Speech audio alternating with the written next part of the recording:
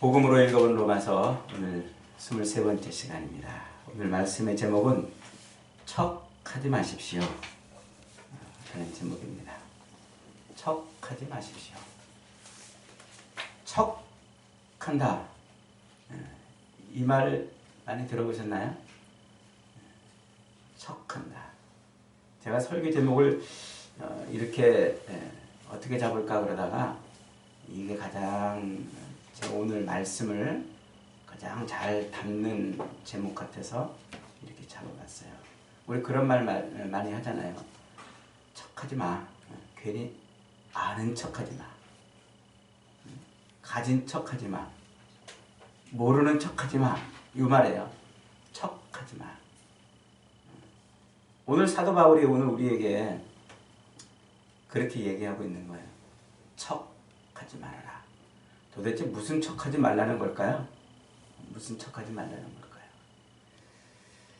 우리가 로마서를 지금 5장까지 쭉 이어오면서 사도 바울은 계속해서 강조하는 게 세 가지 기둥이 있었어요. 로마서는 편지라고 그랬죠. 로마 교회에 보낸 편지. 로마 교회에 왜 편지를 보낸다고 그랬어요? 그 로마 교회에 가고 싶어서. 사도 바울이 그 로마 교회에 가고 싶은 거예요. 그런데 로마 교회를 가서 뭐 하고 싶은 거예요? 그 로마 교회에 헌금을 좀, 후원을 좀 받고 싶은 거예요. 교인들에게. 후원을 받아서 어디로 가고 싶어요? 서바나. 지금의 스페인이죠. 그 서바나로 가서 복음을 전하는데 좀 로마 교회가 후원 좀 해달라 하는 그런 의미로 지금 편지를 보내고 있는 거예요. 그런데 지금 이 사도 바울이 로마서를 쓰고 있는 이 시점, 로마 교회에 편지를 보내고 있는 이 시점은 그가 다메섹 도상에서 예수를 만난 이후에 그 아시아 지역을 돌면서 복음을 전하고 상당히 많은 그런 센세이션을 일으키고 또 스캔들을 일으킨 그런 시점으로부터 거의 한 20년 가까이 되는 때예요. 그러니까 로마 교회 성도들도 사도 바울에 대해서 이미 익히 들었을 거예요. 한 번도 만나보지는 못했지만, 야, 바울이라는 사람이 있었는데 그가 옛날에 사울이었는데 아주 율법에 열심이고, 베냐민 지파 중에 베냐민 지파, 히브리인 중에 히브리인, 예수 믿는 자들을 잡아가지고 감옥에 쳐넣는 그런 일을 하던 자가 어느 날 예수를 전한다더라. 가는 데마다 예수를 전하고 교회를 세우고 그런다더라. 그것 때문에 유대인들과 계속 충돌이 일어나고 싸움이 벌어진다더라. 이런 얘기를 로마 교인들이 들었을 거예요. 그러니까 저 로마 교인들도 저 사도 바울이 저놈이 도대체 누구냐? 저놈이 도대체 누구냐? 저놈이 말하는 저 복음, 저놈이 전하는 그 예수를 우리가 그거를 받아들여도 되느냐? 이해해도 되느냐? 저 활동을 그냥 우리가 용납해도 되느냐? 이런 의구심이 있었을지도 몰라요. 그러니까 사도 바울 입장에서는 느닷없이 로마 교회에 가가지고 제가 스페인으로 선교를 갈 건데 저 좀 후원 좀 해주십시오. 그렇게 말한다면 아마도 로마 교회 교인들은 정신없는 사람이라고 그랬을지도 모르겠어요. 그러니까 이제 사전 작업을 하는 거죠. 로마 교회 교인들에게 편지를 보내서 나는 누구다. 그리고 내가 믿는 복음이 뭐고 내가 알고 있는 예수 그리스도가 어떤 분이고 그분을 통해서 우리가 어떻게 되었는지 그것을 지금 로마 교인들에게 설명하고 있는 거예요. 이게 로마서죠. 그러니까 로마서는 사도 바울이 로마 교회 교인들한테 야 니네들 똑바로 살아. 니네들 그따구로 살아서 되겠어라고 책망하고 야단치고 또 그들을 훈계하고 그들을 가르치려는 말씀이 아니에요. 우리 한글 번역에는 이 뉘앙스가 마치 그들을 책망하고 가르치고 훈계하는 것처럼 이렇게 표현이 돼 있어가지고 이제 우리가 그 뜻을 이해할 때 살짝쿵 약간 좀 이렇게 좀 걸림돌이 되기는 합니다. 그러니까 로마 교회 교인들에게 자기가 믿는 예수 그리스도를 통해서 깨달은 그 복음의 의미가 무엇인지 그것을 아주 그냥 장황하게 설명을 하는 거예요. 근데 굉장히 해박하게 아주 깊이가 있게 자 구약의 모든 이 예언되어 있는 그 말씀들을 가지고서 그걸 가지고 지금 설명을 하고 있는 거예요. 로마서가 성경 전체를 아우르는 성경이라 이렇게 말할 수가 있어요. 깊은 신앙의 진리를 우리에게 보여주는 것이죠. 그렇게 구약에서부터 이제 예수 그리스도에 대한 이 복음을 어떻게 하나님이 만들어내서 우리에게 어떻게 복음을 전해주고 있는가 이것을 5장까지 설명했다고 그랬어요. 5장까지.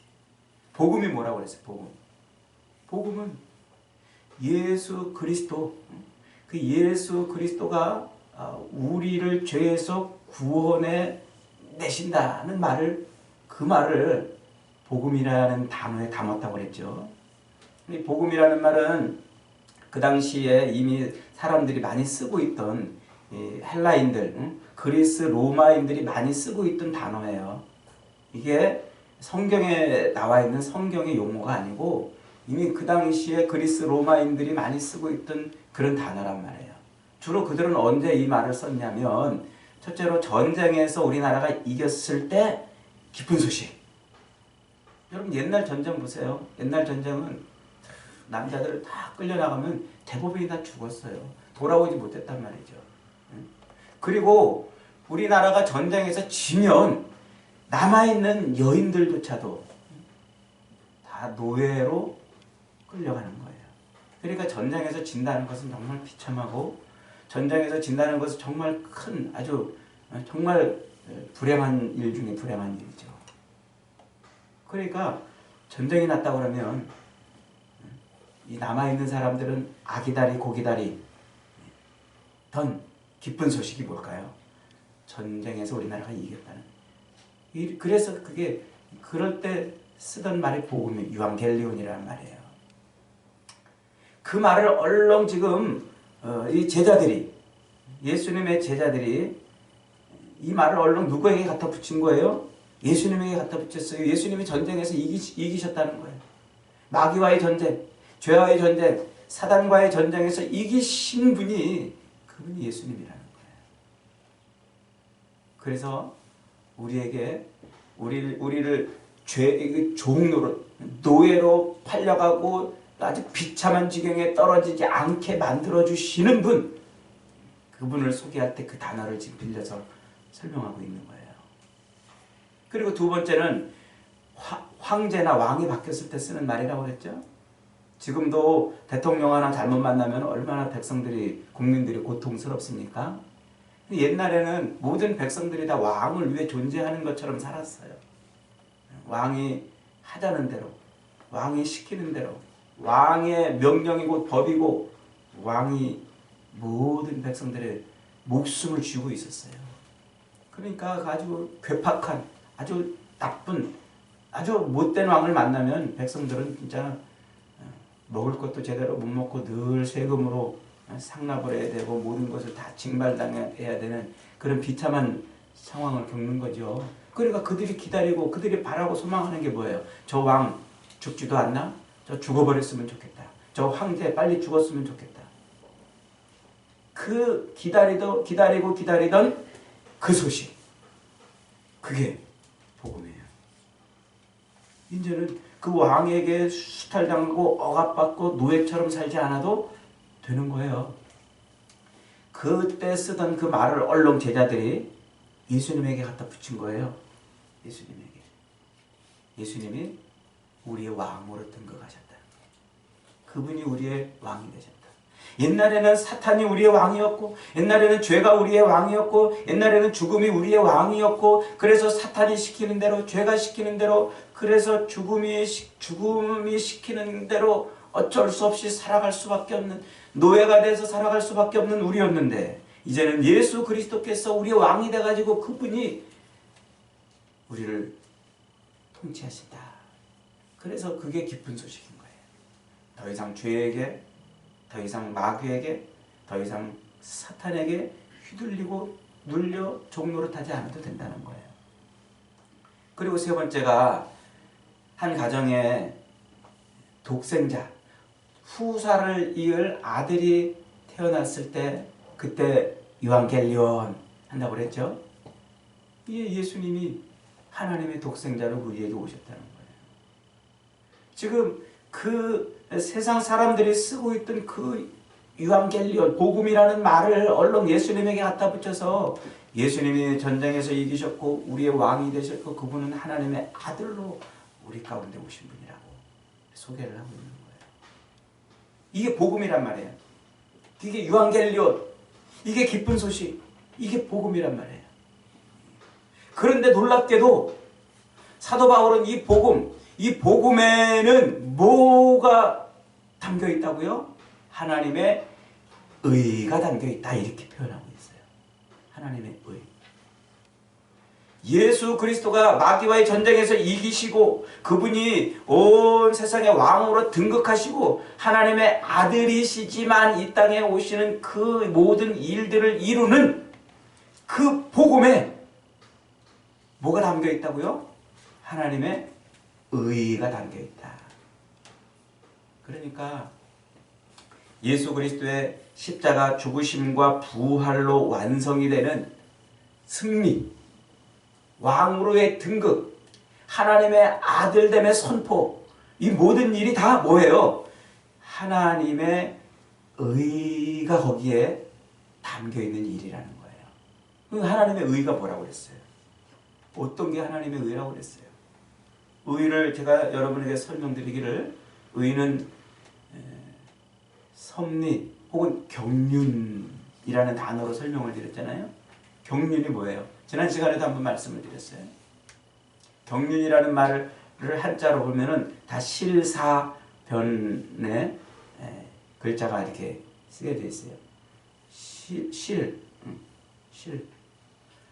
씨줄과 날줄이 얽히고 설켜가지고 한 폭의 천이 만들어지죠. 이런 옷감을 만들 때 이 씨줄과 날줄을 서로 얽히고 설키게 해가지고 한 폭의 천을 만들어내는 거예요. 그것처럼 하나님이 그 세상의 모든 역사, 그 역사의 수레바퀴를 굴리시면서 그 역사의 수레바퀴에 모든 사건과 사람과 어떤 사물과 그런 많은 일들이 서로 얽히고 설키게 해가지고 역사의 천을 짜 오시면서 이루시려는 게 뭐였다는 거예요? 그게 십자가였다는 거예요. 그게 십자가.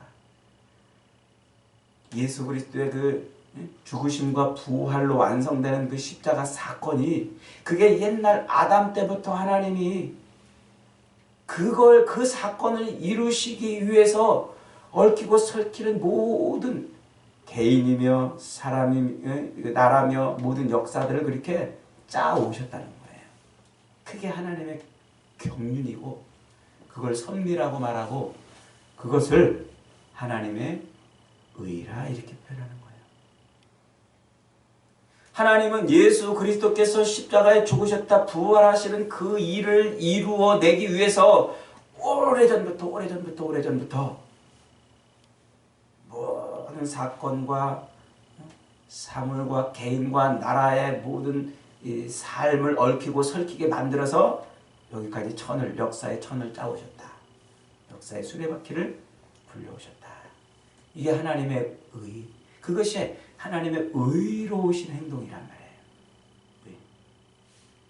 그럼 왜 도대체 하나님은 예수 그리스도의 그 십자가 죽으심과 부활이라는 이 사건을 만들으시기 위해서 역사를 끌고 오셨느냐? 제가 어저께 우리 세례받는 형제하고 이렇게 세례 공부를 하면서 기독교의 기본 큰 그림을 이렇게 설명해 줬어요. 하나님이 천지를 창조하셨다. 그리고 그 천지 만물을 통치하시도록 에덴 동산을 만드시고 인간을 거기다가 창조하시고 다스리고 생육하고 번성하고 땅에 충만하고 땅을 마음껏 다스리도록 하셨다. 그러면서 그 온 우주를 통치하기 위한 존재로 또 천사들을 지어놓으셨고, 천사들과 우리 인간들이 세상을 하나님의 뜻대로 통치하는 일들을 수발들도록, 그리고 우리 인간이 하나님과 교제하고 교통하며 사랑을 나누는 존재로 이렇게 세상을 만들어 놓으셨다. 그렇게 설명했어요. 그런데 그 중에서 천사 중에서 이 온 우주를 다스리고 통치하는 그런 힘을 가진 천사가 자기가 온 힘을 가졌으니까 내가 하나님처럼 대접받고 싶어서 하나님처럼 대접받고 싶어서 스스로 교만한 자리에 올라갑니다. 교만이라는 말이 그 말이에요. 하나님처럼 대접받고 싶은 것을 교만이라고 그래요. 남에게 대접받고 싶은 것, 그걸 교만이라고 그래요. 남이 나를 알아주고 가졌어, 배웠어, 잘났어, 뭐 이런 그런 것을 알아주고 남이 나한테 굽신거려주고 그러기를 바라는 마음이 교만한 마음이에요. 근데 이 교만, 하나님을 대적하는 거예요. 그 하나님을 대적하는 자를 하나님께서 하나님과 분리, 그래서 영원한 심판과 형벌로 들어가게 만드시는데 이 사탄이 그 심판에 빠지기 전에 자기만 혼자 그런 심판에 떨어지는 것이 싫어가지고 우리 인간을 얼른 붙잡았어요. 인간을 짠져버렸어. 인간으로 하는 가치, 하나님이 사랑하고 하나님이 좋아하는 인간이 똑같은 그 죄를 짓도록 만들어버린 거예요. 그럼 하나님이 어떻게 하실까요? 하나님, 저 악한 사탄, 악한 그 타락한 천사가 하나님을 대적하니까 그를 심판하시는데, 하나님이 정말 사랑하고 교제를 나누기 위해서 만들어 놓으신 그 사람이 죄를 지었으니까 이건 어떻게 해야 됩니까? 사탄의 전략은 그거예요. 하나님으로 하여금 딜레마에 빠지게 하는 거죠. 이러지도 저러지도 못하는. 오늘 제가 주보에 예화에다가 어머니를 대신해서라고 이렇게 써놓은 그 글이 그걸 이제 표현하는 거예요. 그러니까 인간이 타락하니까, 인간이 죄를 지으니까 하나님께서는 그래 너는 사람이니까, 내가 사랑하는 사람이니까 없는 걸로 해줄게. 이런 내로남불로 하나님은 일을 처리하지 않으셨어요. 왜냐하면 하나님은 공의로우신, 사랑과 심판을 만족하시는 분이에요. 공의. 그러니까 그분이 자기 사랑하는 사람이라고 해서 그 사람이 죄를 지었다고 그냥 넘어가실 수가 없잖아요. 그래서 어떻게 하셨어요? 스스로 그 죄의 값을 지불하는 거예요. 그래서 이 땅에 내려오시는 거예요. 내려오셔서 스스로 인간이 돼가지고 십자가에 매달려 죽으시고, 그 죽으신 사실을 아멘으로 믿을 때 죄를 용서해 주시는 방법을 택하신 거예요. 인간의 죄를 용서하시는 방법. 사탄도 십자가에 달린 예수를 믿으면 구원을 받을 수 있겠죠. 근데 사탄은 믿을 수가 없어요. 하나님을 믿을 수가 없어요. 인간은 하나님을 믿는 거죠.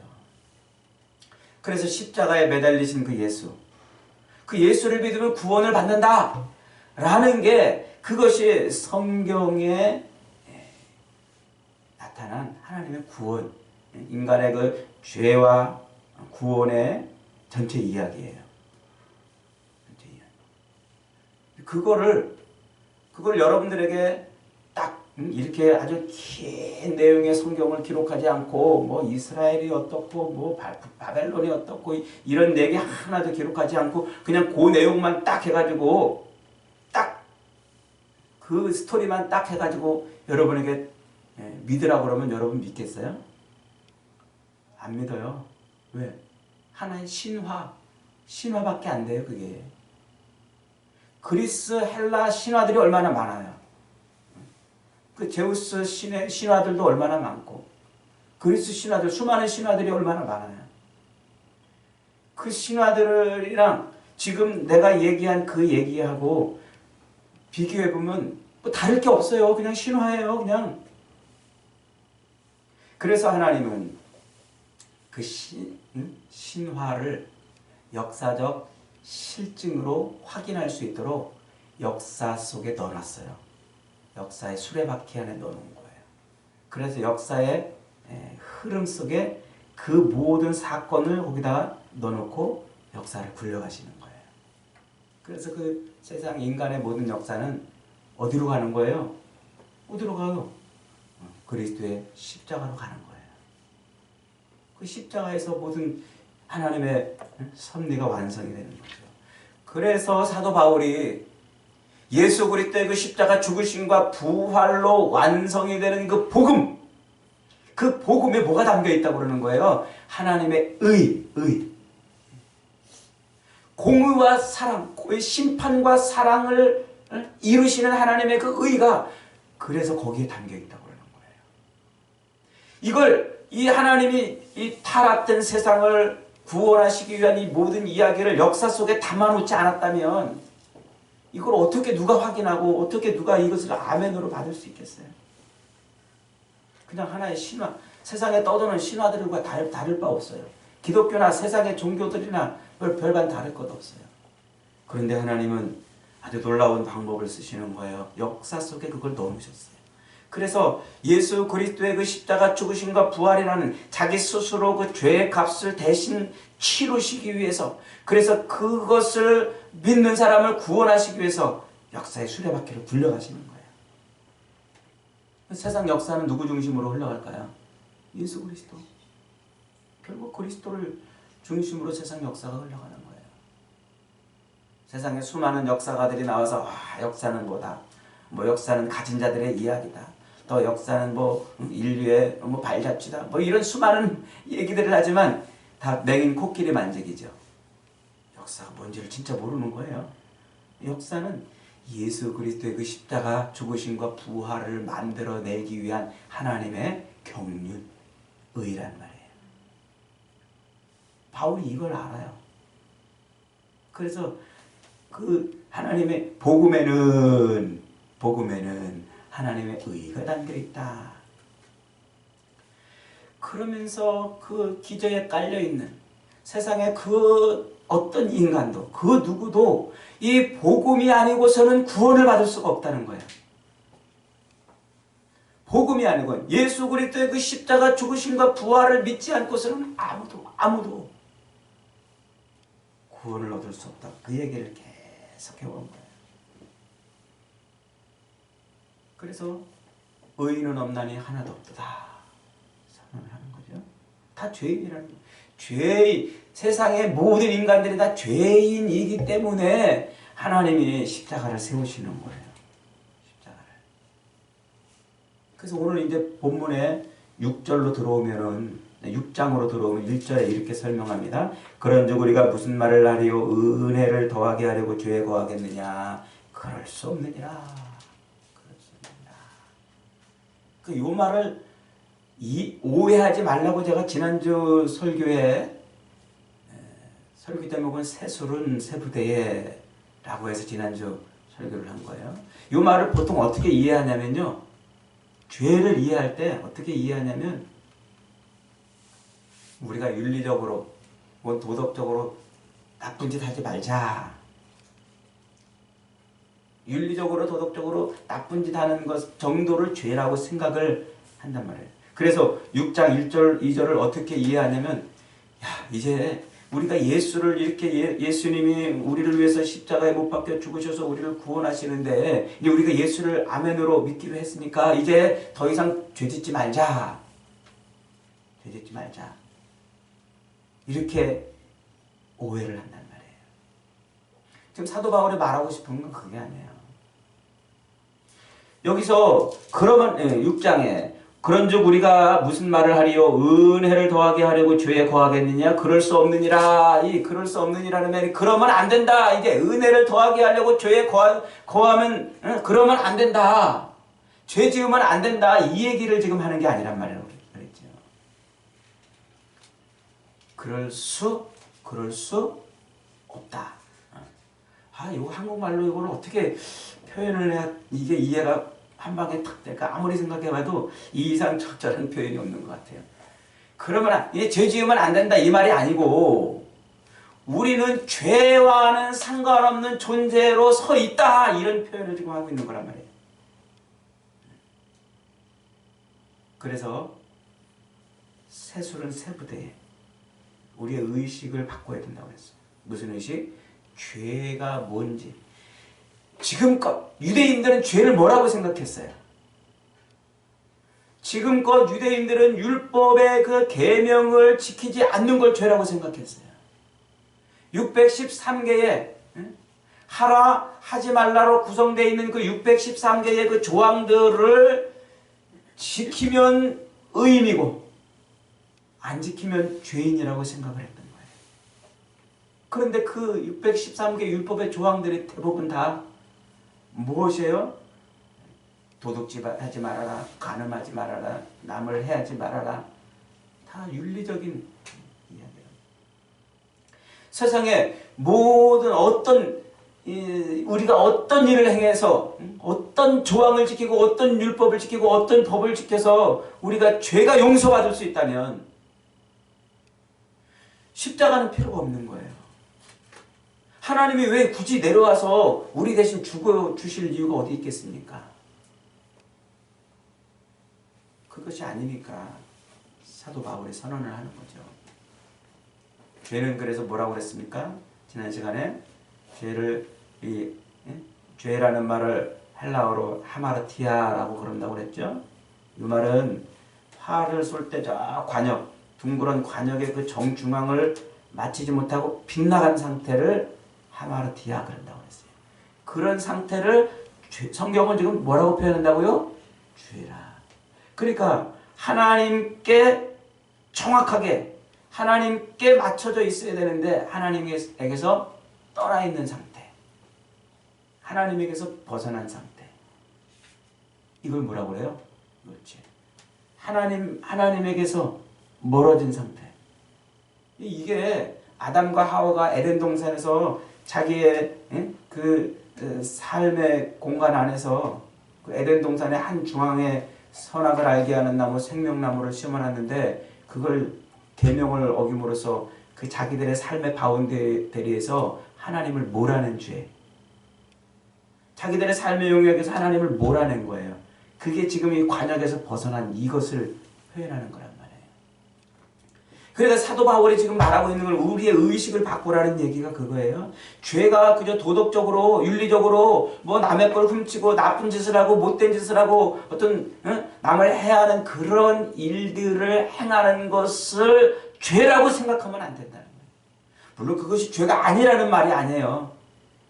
진짜 죄라는 것은 하나님에게서 떠나 있는 거예요. 우리의 삶의 바운더리에서 하나님을 몰아낸 거란 말이에요. 하나님 없이 사는 거란 말이에요. 하나님과 상관없이 하나님의 지배와 통치를 안 받고 사는 거예요. 내 마음대로 내가 내 삶의 주인이 돼가지고 내가 하고 싶은 대로 내 뜻대로 내 방법대로 내 경험대로 내 지식대로 내 삶에서 하나님이 개입하지 않고 하나님과 상관없는 삶을 사는 것이 그것이 죄란 말이에요. 바울은 지금 그걸 말하고 있는 거예요. 여러분의 삶에는 하나님이 계시나요, 지금? 하나님이 여러분의 삶의 통치자로 계시나요? 여러분 삶의 주인이신가요? 물질의 주인이시고 여러분 모든 행위의 주인이신가요? 우리가 도덕적으로 윤리적으로 남의 거 안 훔치고 거짓말 안 하고 착하게 살고 뭐 남을 돕고 그런 정도로 그런 죄, 그것을 죄라고 인식하고 그것을 안 하고 하고의 문제로 우리 그리스도인의 삶의 수준을 정한다면 우리는 세상 이방인들, 이방 신앙인들, 이방 종교인들하고 별반 다를 게 없어요. 제가 볼 때는요, 절에 다니는 사람도요, 교회 다니는 사람보다 훨씬 더 정직하고 윤리적으로 도덕적으로 훨씬 본받을 만한 사람들 많아요. 저는 제가 옛날에 그 TV 프로그램 중에 정말 충격받은 프로그램 하나 봤는데 저 설악산의 지게꾼 임기종 씨인가요? 그 사람을 소개하는 프로그램을 한번 본 적이 있어요. 설악산에서 평생을 지게 짊어지고 산 사람인데 궁금하면 한번 인터넷 검색해서 한번 찾아보세요. 시간이 많지 않아서 제가 설명을 하지 않겠습니다만, 야, 그 사람은 진짜 그냥 이 그리스도 예수와 상관없는 그런 어떤 인간적인 삶을 모형으로만 본다면 그 사람은 진짜 성자예요. 성자. 그런 사람도 있잖아요. 윤리적으로, 도덕적으로만 따진다면요. 예수 믿는 사람들보다 훨씬 더 존경받을 만한 사람이 수두룩해요. 그러면 그렇게 사는 사람들 예수 안 믿는다고 지옥 가고 예수 믿는다고 천국 가고 이런 구분이 의미가 있겠어요? 얼마나 불합리하고 부당하겠어요? 하나님의 세계는 그런 게 아니에요.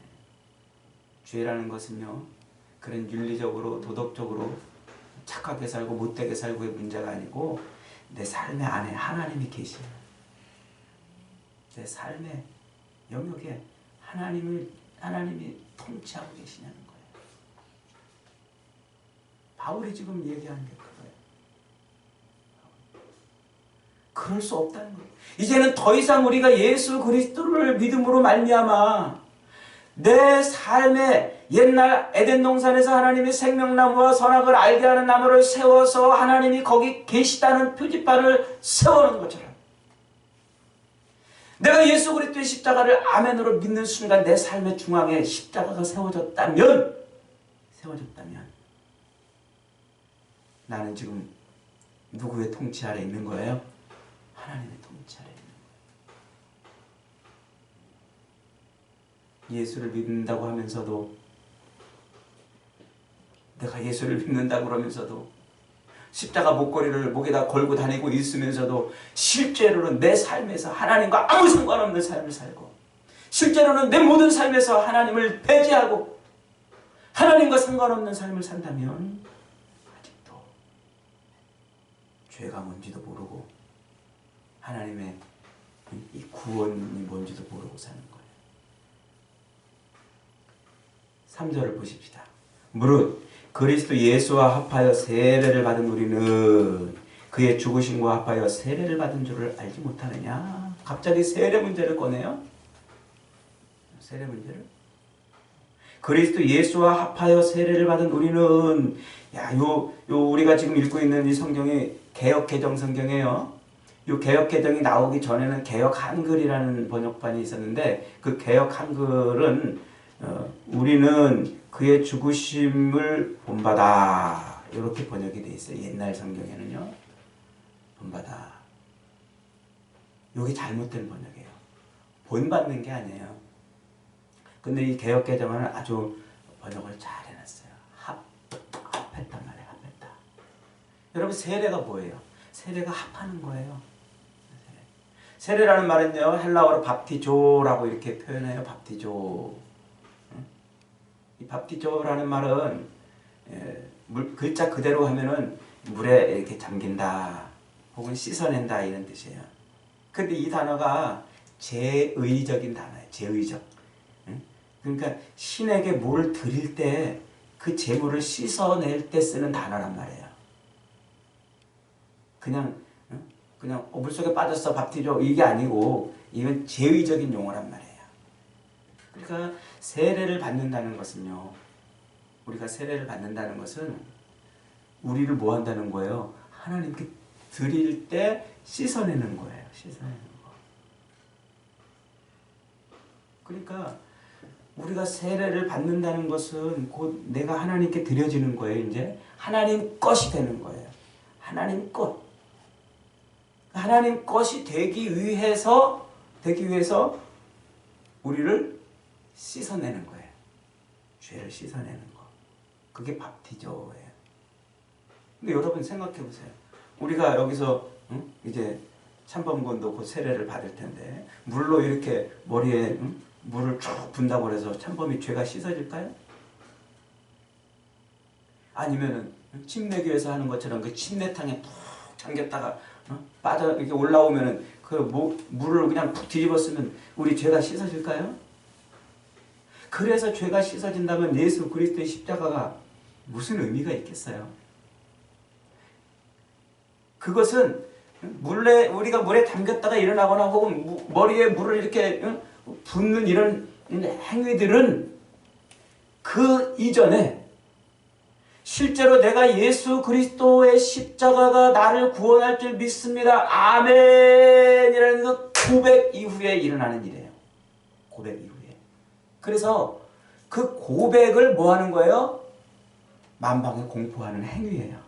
상징적인 행위인 거죠. 그 물로 머리에 물을 붓는다고 해서 내 죄가 씻겨지는 게 아니고 이미 예수 그리스도를 나의 구주로 믿습니다. 아멘 하는 순간 내 죄가 씻어지는 거예요. 그것을 공포하는 행위가 세례란 말이에요. 그러므로 이 세례는, 물로 받는 이 세례는 예수 그리스도가 이미 나와 하나가 됐다. 내가 하나님께 드려진 존재라는 것을 설명하고 나타내는 행위란 말이에요. 행위. 상징적 행위. 우리가 여러분이 예수님을 예수님 정말 예수님이 우리를 위해서 십자가에 달려 죽으셨구나. 그분을 믿어야 우리가 구원을 얻는구나. 그분을 나의 구주로 내가 믿습니다. 아멘 하는 그 순간 우리 안에 예수의 영이 쑥 들어와요. 그때 예수의 영이 들어오는 거예요. 여러분이 그때 고백할 때 아멘. 예수님 믿습니까? 예수님 믿습니까? 아멘 하는 그 순간에 우리 안에 누가 들어와요? 예수의 영이 들어온단 말이에요. 성령이. 그래서 고린도 교회를 향해서 사도 바울이 너희가 하나님의 성전인 것을 알지 못하느냐 하고 하나님이 우리 안에 계시니까 성전이란 말이에요. 이게 중요한 개념이에요. 하나님이 우리와 지금 하나가 되신 거예요. 하나가. 그 세례는 하나가 된다는 의미예요. 내가 하나님께 드려졌다는 의미예요. 더 이상 이제 나는 죄 가운데 있는 존재가 아니고 즉 하나님을 내 삶의 바운드리에서 몰아내고 쫓아내고 상관없이 내 울타리를 치고서 내 인생의 주인처럼 내 인생의 왕처럼 내가 사는 그런 삶을 사는 존재가 아니고 하나님이 내 안에 들어오신 하나님의 통치 아래 있는 하나님의 주권 아래 있는 존재가 되었다는 거니까 되었다는 말이라고요. 하나님의 주권, 통치 내 안에. 그래서 우리가 이제는 죄와는 하나님과 상관없이 사는 그런 죄와는 결별한 거란 말이에요. 이걸 잊어버리면 안 돼. 여러분 삶, 여러분이 예수 믿는다는 것은요. 근데 내 인생을 도와줄 어떤 신 앞에 나가서 비나이다 잘 먹고 잘 살게 해주세요라고 비나이다 하는 그 이방인들의 그 신앙생활과는 차원이 다르고 완전히 다른 정말 이제는 하나님의 세계에 들어오는 거예요. 하나님의 세계. 여러분 이 세계에 지금 들어와 있습니까? 이 세계에 지금 여러분의 삶의 바운더리에 하나님이 계십니까? 예수를 믿는다고 그러면서도 실상은 내 삶의 울타리에 하나님이 안 계시는데도 난 예수를 믿는다고 그러고 그리고 종교적으로 혹은 신앙적으로 혹은 윤리적으로 무슨 죄를 남한테 거짓말 안 하고 남의 물건 안 뺏고 남한테 나쁜 짓 안 하고 그런 어떤 행위들을 안 하면은 죄를 안 짓는 것처럼 살고 있는 이런 삶, 그 삶은 그럴 수 없다는 거예요. 그럴 수 없다. 그러면 안 된다가 아니라 우리의 삶을 그것과는 다른 삶이라는 거예요. 다른 삶.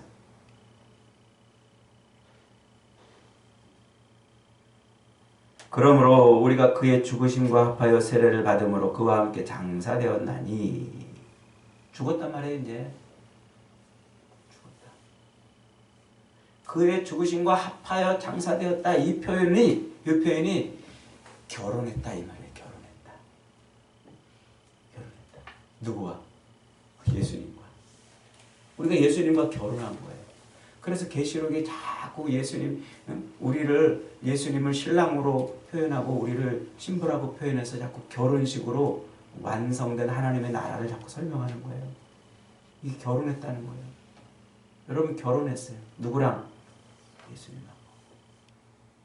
예수님하고 결혼했다니까요. 미혼인 척 하지 마세요. 결혼 안 한 척 하지 마세요. 결혼했는데 반지 쏙 빼가지고 어디 모임에 가서 결혼 안 한 척. 미혼인 척하지 말라는 거예요. 여러분 예수님 거예요. 이제 예수님 거예요. 누가 뭐래도 여러분들은 예수님 것이에요. 누가 뭐래도 여러분들은 그리스도 예수의 이름으로 세례를 받았기 때문에 하나님께 드려진 존재라는 거예요. 아는 척하지 마세요. 아는 척. 얼마나 나쁜 놈이에요. 결혼해놓고 아는 척 접근해가지고 그런 나쁜 놈이 어디 있겠어요. 사랑하는 여러분, 만일 우리가 그의 죽으심과 같은 모양으로 연합한 자가 되었으면, 그래서 연합이라고 자꾸 설명하는 거예요. 연합한 자가 되었으면 또한 그의 부활과 같은 모양으로 연합한 자도 되리라. 그의 살아나심, 예수 그리스도의 그 살아나심으로 우리가 연합해 되었다는 거예요. 그러니까 예수 그리스도의 살아나심으로 연합한 자가 됐다는 것은 신랑의 지배를 받고 사는 거예요. 신부가 결혼해놓고 안 한 척 그러면서 신랑의 지배를 안 받고 살면 되겠어요? 신랑의 통치를 받는 거예요. 신랑의 주권에 사는 거예요. 신랑의 주권. 여러분, 여러분의 삶의 바운더리, 삶의 영역, 여러분 삶 속에 십자가가 있습니까? 그럼 여러분 예수님 거예요. 여러분들은 더 이상 여러분의 삶의 바운더리에서 하나님을 몰아내면 안 돼요. 하나님과 상관없이 살면 안 돼요. 그 삶의 영역이 물질의 영역이 됐든 사람 관계의 영역이 되었든 직장이 되었든 학교가 되었든 어디가 되었든 그 삶의 바운더리에서 하나님의 통치가, 하나님의 주권이 임해야 됩니다. 그것이 그리스도 예수, 그 십자가 복음을 믿고 사는 것이고, 그게 내 삶의 십자가가 세워진 거예요. 저와 여러분이 이 놀라운 하나님의 은혜를 잃어버리지 않고 삶에서 하나님을 늘 고백하며 그 앞에 순종하며 사는 복된 인생들 다 되시기를 주님의 이름으로 축원합니다.